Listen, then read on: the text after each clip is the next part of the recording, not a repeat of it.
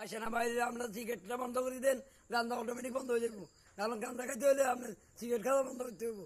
গান্দাতে সিগারেটের কাছে সিগারেট যদি বন্ধ হতে পারে সেনাবাহিনী কি আসসালামু আলাইকুম রহমতুল্লাহ, আমার নাম মোহাম্মদ শাহলা ফাংলা, আমি মোহাম্মদ ফেনীতে জন্মগ্রহণ করেছি, ফেনী ইসলামপুরে জন্মগ্রহণ করেছি, ফেনী মোহাম্মদ শাহ আলম, মোহাম্মদ ফেনী মানে ইয়ে মোহাম্মদের উম্মত, কোন উম্মত, এ মোহাম্মদ সাল্লাহ সাল্লাম উম্মত একদম হোলা আছে, এখানে আছেন আসেনি হুড়াইয়ে দিয়ে জানি কালা হুড়াইয়া হান লাগেতে থাকে, আর এটা আল্লাহর কুদরতির হুড়া, ইহান দিয়েছে মোহাম্মদ সাল্লাহ সাল্লামের কুদরত।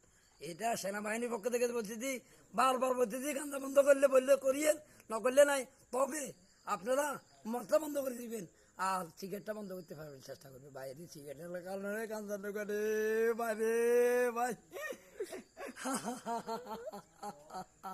সেনাবাহিনী আপনাকে আমি বারবার বলতেছি আপনি সিগারেট খানাটা বন্ধ করে দিবেন, তবে গান্দা ছাড়বেন না। কারণ গান্দা ছাড়তে হলে সিগারেট বন্ধ করতে হবে। ও কাদের বলছে হবেই, বন্ধ করতে হবেই বলছে। কে বলছে? সেনাবাহিনী বলছে।